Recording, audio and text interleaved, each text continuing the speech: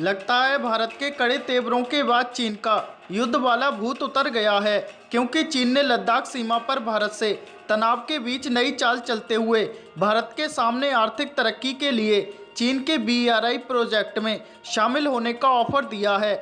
उसका कहना है कि इससे भारत को आर्थिक रूप से फायदा होगा, जबकि BRI चीन का महत्वाकांक्षी प्रोजेक्ट है। चीन की लद्दाख सीमा पर हजारों सैनिकों को तैनात करने के बाद भारत के सैनिकों की तरफ से प्रतिरोध के बाद चीन ने इस तनाव को कम करने और भारत से संबंध सुधारने के लिए भारत को BRI का प्रस्ताव दिया है। चीन का कहना है कि belt and road initiative BRI Bharat की आर्थिक तरक्की के लिए काफ़ी अवसर उपलब्ध कराएगा। चीन सरकार के मुखपत्र ग्लोबल टाइम्स में छपे लेख में ये बात कही गई है।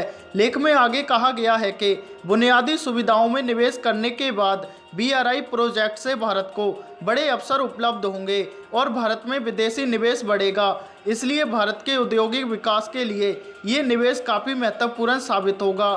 चीन ने कहा है कि पिछले कुछ सालों से भारत की इकोनॉमी तेज़ी से बढ़ रही है, लेकिन बुनियादी सुविधाएं पर्याप्त रूप से विकसित नहीं होने के कारण उसकी तरक्की में अड़चन आ रही है।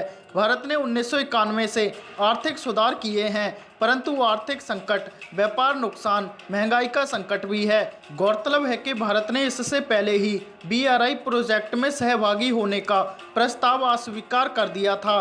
भारत का कहना है कि चीन का ये प्रोजेक्ट भारत की संप्रभुता और सार्वभौमिकता के लिए खतरा है।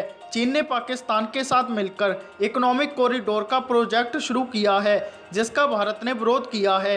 इस कॉरिडोर का रास्ता पाक द्वारा कब्जा किए गए कश्मीर के गिलगिट बाल्टिस्तान से होकर गुजरता है। अब जानकार इसे भारत को फंसाने की चीन की नई चाल मान रहे हैं। उनका कहना है कि भारत बिल्कुल भी चीन के बहकावे में ना आए, बल्कि अपना स्टैंड सीमा पर और राजनयिक स्तर पर बिल्कुल साफ रखे, क्योंकि चालबाज चीन का कोई भरोसा नहीं।